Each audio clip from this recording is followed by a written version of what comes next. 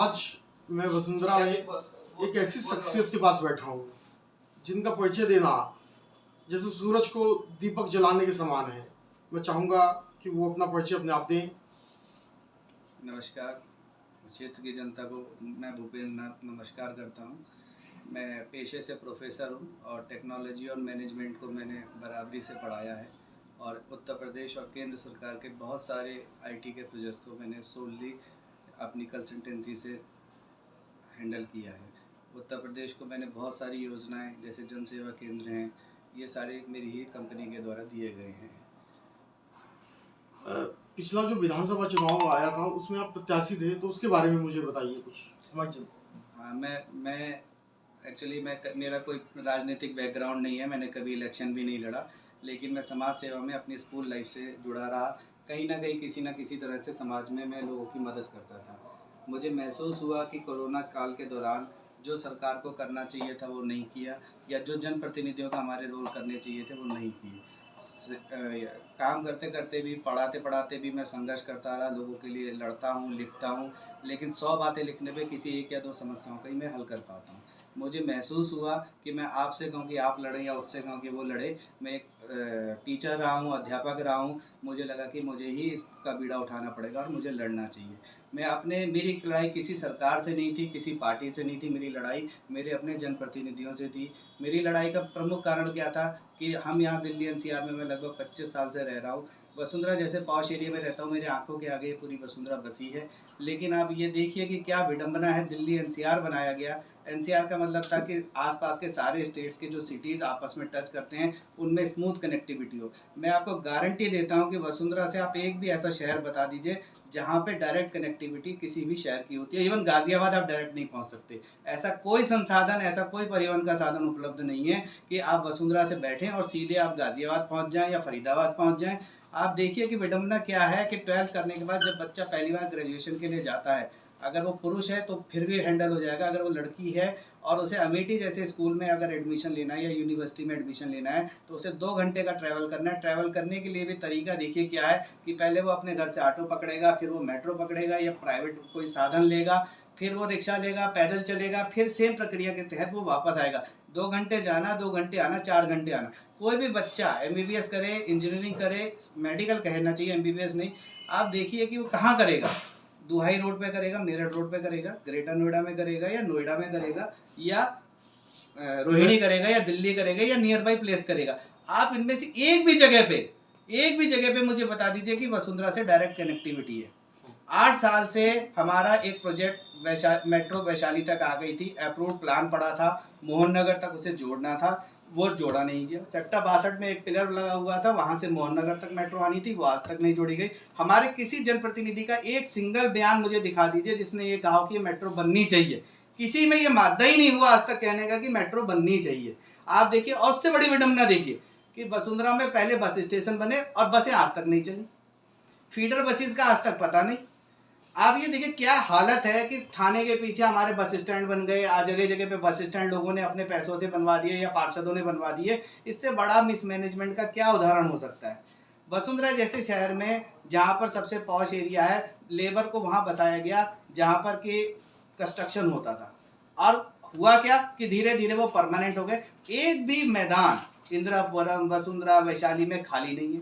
मैदान किस लिए होते हैं? खेलने के लिए होते हैं या बिल्डिंगें बनेंगी? नहीं, मैदानों में क्या हो रहा है कि झोपड़ियां बन गई या कूड़े के ढेर बना दिए गए। लोग ज्यादा शोर ना मचाएं इसलिए उन्हें क्या कर दिया जाता, पाट दिया जाता। अभी योगी जी आए, एलिवेटेड रोड के बराबर में सेक्टर 9 वाला मैदान था, वहां मिट्टी डाल दी, मिट्टी के बाद घास निकले, इतने इतने ऊंचे मैदान हो गए, इसके अलावा कूड़ा ही नहीं है। अब जाके देखिए, आधे में कूड़ा, आधे में लोग। क्या देखा जाता था पुराने समय में? गरीब भारत का एक चित्रण किया जाता था, उसमें क्या दिखाया जाता था कि गरीब बच्चे कूड़ा बीन रहे हैं। आप देख लीजिए, यहाँ ऐसा कोई ढेर नहीं है जहाँ पे बच्चा कूड़ा नहीं बीनना। क्या दिखाया जाता था कि गाय जो है प्लास्टिक खा के मर जाती है। आप बताइए कहाँ पे गाय खा के प्लास्टिक नहीं वो खा रही है? मरे या ना मरे वो एक सवाल विषय अलग हो सकता है। तो कहने का उद्देश्य है कि जो हमें एक सुनहरे भारत की, या जिसे हमने कहा था कि एक इंडिया, शाइनिंग इंडिया की जो इमेज प्रस्तुत करी गई थी, उसमें मेरा क्षेत्र कम से कम खरा नहीं उतरता है, बिल्कुल पिछड़ा हुआ है। तो इसका जिम्मेदार कौन है? हमारा प्रतिनिधि। नेचुरल बात है, मैं आज से नहीं, मैं पिछले 4 साल से कहता हूँ कि हमारे यहाँ ट्रिपल इंजन सरकार थी। लोगों ने आज बोलना चालू किया, योगी जी आए उस दिन बोल के गए ट्रिपल इंजन सरकार है। मेरे पुराने बयान देख लीजिए, मैं शुरू से कहता हूँ कि ट्रिपल इंजन सरकार है। यदि ट्रिपल इंजन सरकार होने के बावजूद विल पावर की कमी है, क्यों नहीं वेंडिंग जोन बने? आपने पूरी सड़कें कब्जवा दी, हर सोमवार मार्केट, मंगलवार मार्केट, बुधवार मार्केट, सड़कें सुकड़ती चली गई, जाम लगते चले गए। क्यों नहीं आप वेंडिंग जोन्स बना पाए? किसने आपको रोका था? आप क्यों नहीं जमीन एलोकेट कर पाए? क्यों नहीं आपने प्लांट सिटी बनाया? ये कहना बहुत आसान है कि हमने चंडीगढ़ चंडीगढ़ चंडीगढ़ चंडीगढ़ बहुत खूबसूरत है, चंडीगढ़ में हम ये नहीं कर सकते, चंडीगढ़ में हम वो नहीं कर सकते। चंडीगढ़ में हम नहीं कर सकते तो यूपी में हम क्यों कर सकते हैं? क्यों वसुंधरा में ये सब कर सकते हैं और वसुंधरा में क्यों नहीं रोक सकते इन सब चीजों को? ये सवाल है और इन सवालों का जवाब हमारे प्रतिनिधियों को देना चाहिए। ये पब्लिक का भी काम है कि वो उनसे ये पूछे कि आज ऐसी स्थिति क्यों है। जो बेसिक्स एम्यूनिटीज होती हैं, सुविधाएं, जैसे ही बारिश आती है उससे पहले नालों की सफाई होती है। आज तब होती है नालों की सफाई जब लोगों के घरों में पानी भरता है, लोग पार्षद के यहाँ पहुंच के धरना देते हैं या उससे बदतमीजी करते हैं, उसके बाद नालों की सफाई होती है। सड़कें बनती नहीं। सड़कें कब बनती है? जब गड्ढे हो जाते हैं, लोग अखबारों में निकलने लगता है, तब सड़कें बनती है। सड़कें बनाने का तरीका क्या है कि गड्ढे को पाट दो। योगी जी जब पहले साल में आए, उन्होंने कहा कि जी सपा ने हमें गड्ढा मुक्त उत्तर प्रदेश दिया है, और सॉरी गड्ढा युक्त उत्तर प्रदेश दिया है और मैं 1 साल में कर दूंगा। उनसे सवाल होता था आप कैसे कर देंगे? वो कहेंगे आप देखते जाइए, मैं करके दिखाऊंगा। शायद उन्होंने किया भी हो, गड्ढों को भरा भी हो। अगले 5 साल में एक भी सड़क ऐसे लोकल शहरों में नहीं बनी, और जहां बनी आज 7वें साल में आके हमें वहीं खड़ा कर दिया जहां से हम चले थे। गड्ढा युक्त थे, गड्ढा युक्त है। तो इसका जिम्मेदार जो है नगर निगम है, विधायक है, सांसद है सर, या राज्य सरकार है? इसका जिम्मेदार हमारा सिर्फ प्रतिनिधि है। नगर निगम, जीडीए या आवास विकास उसी तर्ज पे काम करते हैं जैसे उनका राजा या जो उनका प्रतिनिधि होता है उसकी सोच क्या कहती है। सारे निगम या सारे ऑफिसेस उसी की सोच पे कार्य करते हैं। यदि एडमिनिस्ट्रेटर सख्त है तो नगर निगम और आवास विकास हमेशा वही कार्य करेंगे जो पब्लिक के हित में होता है। आपको मैं अपना वाकया बताता हूँ। आवास विकास में मैंने कंप्लेंट डाली, कई जगह अतिक्रमण था। आवास विकास वाले मुझसे कहते थे कि भूपेंद्र जी, आवास विकास के इतिहास के 20 साल के इतिहास में आज तक एक बिल्डिंग हम नहीं तोड़वा पाए। तो ये जब इस तरीके की कार्यकारिणी हो, आप समझिए सबसे भ्रष्ट डिपार्टमेंट में से एक है। और स्थिति इतनी भयानक है कि जहाँ पे रोक लगती है, सील लगती है, लोगों की हिम्मत बढ़ती है, वो फिर भी उस मकान पे सीलिंग को तोड़ के मकान बनाते चले जाते हैं। अक्सर अखबारों में खबरें छपती हैं, जगह जगह इंक्रोचमेंट बढ़ा दिया गया है। तो मैं इसलिए ये मानता हूँ कि किसी का दोष नहीं है, सिर्फ हमारे जनप्रतिनिधियों का दोष है। आपने मेट्रो के लिए भी आंदोलन किया है और अभी आज खबर है कि वो आंदोलन सफल भी हुआ है, तो उसके बारे में जानकारी दीजिए। मैं इस वक्त वर्तमान में मेट्रो विस्तार समिति में उपाध्यक्ष हूँ और हम लोगों ने, मैं काफ़ी लेट इस आंदोलन से जुड़ा था और मेरे साथी इसमें बहुत सारे इन्वॉल्व थे। हम लोगों ने इसमें पदयात्रा निकाली थी, वैशाली सेक्टर 6 से डीएम ऑफिस तक हमने पदयात्रा निकाली थी। उसके बाद हमने साइकिल यात्रा भी निकाली, भूख हड़ताल भी हम लोगों ने इस पर करी थी। और इसके बाद हम राकेश गुप्ता जी से मिले भी थे, जीडीए के चीफ इंजीनियर साहब से, और मुझे बड़ी खुशी है कि उन्होंने हमारी सारी बातों को मान लिया। आज भी कई अखबारों के मार्फत मुझे पता लगा कि लगभग जिस तरीके का प्रपोजल हमने उनके सामने रखा था, कई वरिष्ठ लोग मेरे साथ थे, वरिष्ठ नागरिक समाज के लोग हमारे साथ थे, उनका जो एक अप्रूव्ड एक सजेशंस थे उसे लगभग जीडीए ने अक्षरशः ऐसे ही मान लिया है। और बड़ी खुशी की बात है, उस वक्त भी वो प्रिंसिपली तैयार थे और हमारी बात से कन्विंस थे कि मेट्रो वैशाली और मोहन नगर वाला स्ट्रेच पूरा होना चाहिए, क्योंकि ये हाईली डेंस एरिया है और यहाँ पे पॉपुलेशन के हिसाब से कोई और ट्रांसपोर्टेशन का माध्यम सफल नहीं होगा।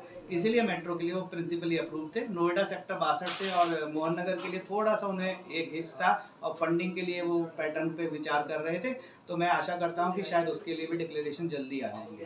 अच्छा, अगला कदम आपका क्या होगा? अगला जो है, क्योंकि 2000 पिछला जो चुनाव है वो आप लड़ चुके हो विधानसभा का, जो अगला जो चुनाव आएगा 2027 में, अब आगे आपकी भूमिका क्या होगी? 2027 का इलेक्शन में जरूर लड़ूंगा और इलेक्शन मेरे लिए सिर्फ वैसे तो एक माध्यम ही है सेवा करने का। सेवा मैं अब भी बहुत कर रहा हूँ और लोगों में मेरी स्वीकार्यता बढ़ी है। और स्वीकार्यता का मतलब ये है कि लोग मुझे अब डायरेक्ट 1-to-1 में मुझे मैसेज भेजते हैं, अपनी समस्याओं का जिक्र करते हैं, बहुत सारी मुझसे मदद मांगते हैं। तो मेरे को भी मुझे महसूस होने लगा मेरे ऊपर जिम्मेदारी बढ़ गई जब से मैं इलेक्शन लड़ा हूँ और मैं लोगों तक पहुँचने की कोशिश भी करता हूँ। कई बार अकेला होने की वजह से या बहुत ज़्यादा बड़ी टीम ना होने की वजह से मुझे लगता है कि मैं जितनी सेवा करनी चाहिए शायद नहीं कर पा रहा हूँ। इसलिए इलेक्शन सिर्फ मेरे लिए एक माध्यम है कि मैं इलेक्शन के जरिए लोगों की सेवा करूं। और आपको यकीन दिलाता हूं कि जितने भी इस तरीके के लोग हैं जो मेरी सोच के लोग हैं, मैं उन सबको इकट्ठा करके एक पार्टी के रूप में या मैं किसी न किसी दल के रूप में आके और जरूर अगला इलेक्शन 27 का लड़ूंगा। यानी अपना दल बनाना है या किसी राजनीतिक दल में आना है? अभी इस पर विचार करेंगे। वैसे हमारी कोशिश है कि जो हम समान सोच के लोग हैं हम उस पर एक नए पार्टी का गठन भी कर सकते हैं। काफ़ी कुछ हमने उस पर पहले भी काम किया था, लेकिन लगभग सभी दलों से हमारी बात हुई, तो अभी उसे हमने थोड़ा रोक दिया इलेक्शन तक। देखते हैं आगे हमें क्या स्ट्रेटेजी बनानी है। आज हम लोग भूपेंद्र नाथ जी के पास आए हैं, इनके विचार हमने सुना है और S4 न्यूज़ की तरफ से हम आपको मेट्रो की कामयाबी पे बधाई भी देते हैं और चाहते हैं कि चाहे आप राजनीति के माध्यम से या समाज के माध्यम से निरंतर समाज सेवा करते रहिए। यही हमारी शुभकामनाएं हैं, यही हम चाहते हैं। S4 न्यूज़ से